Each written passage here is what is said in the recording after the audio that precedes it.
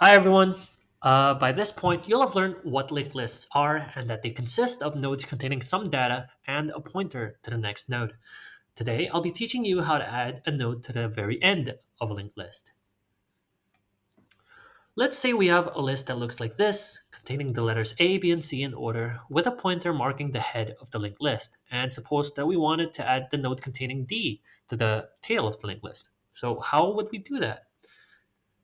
Well, to do this, we'd have to make the next pointer in our last node point to our new node D.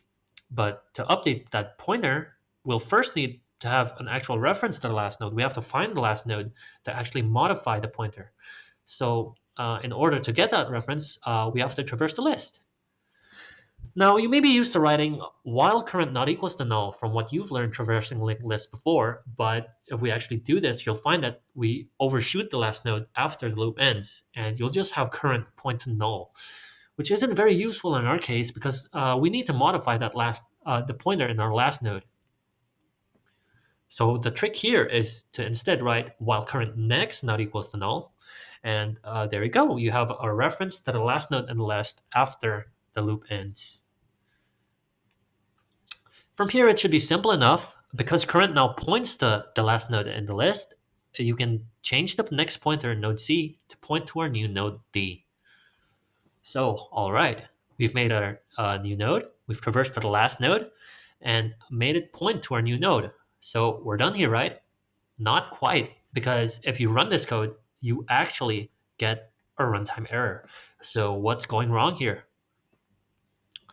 The problem is with this line of code right there, we actually needed this while loop condition to traverse to the last node of the list, but because we check for current next not equals to null instead of current not equals to null, we have one extra case to consider. We were assuming that our list wasn't empty, but what if it was and head was pointing to null?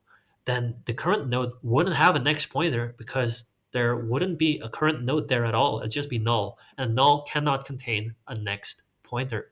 That's why the while loop condition causes the runtime error. So in this case where our head is empty, we can just forget all that stuff we did before and set our head to the new node containing D. And handling the two cases we had, an if else statement would suffice. If our list is empty, we can just set the new node as the head. Otherwise, we iterate through the list and we're done. This is our final code, and that's how you add nodes to the tail of a linked list. Thank you, and always remember to check your mallocs in case you run out of memory.